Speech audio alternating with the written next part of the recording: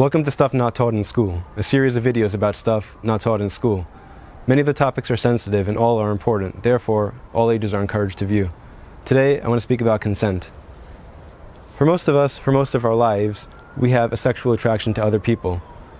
For many of us at the age around teenage years, we start wanting sexual contact. We want to be touched by other people certain places, and we want to touch other people certain places.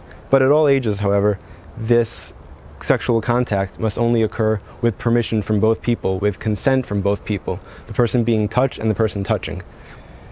I want to speak about both giving and getting consent. If you like the contact and you say that it's okay, it's said that you give consent. But many schools pretend sex doesn't exist and don't teach about sex nor consent. So you might not be aware that if you don't feel okay, then it's not okay for the contact to continue.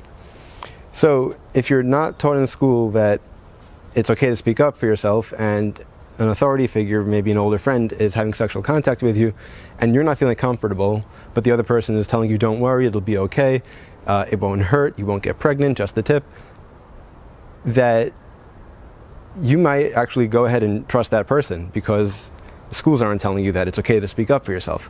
So if the schools are not teaching you that it's okay to speak up for yourself, then please let me be the one to let you know that if you're not feeling comfortable, you need to speak up and let the person know you're not okay with it, you're not giving consent.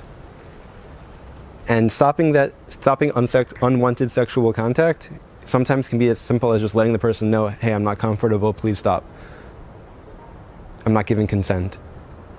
And this interaction has to occur with all sexual interactions, whether it's strangers, friends, spouses, or beyond, that seeking consent and speaking up.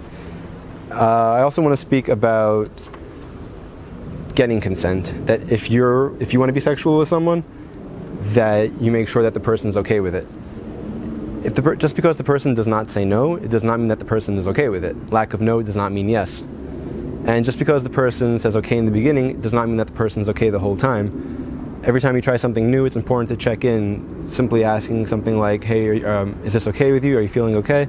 And if you're doing the same thing for a long time, it's important to check in every so often and just ask, same thing, is this okay with you? Are you feeling okay? And the other person, and you might think it might seem like a nuisance, but the other person actually appreciates that you're showing that you care about that person. And once again, whether we're talking about giving or getting consent, all sexual interactions need to have it, whether it's a stranger, a friend, spouse, or beyond.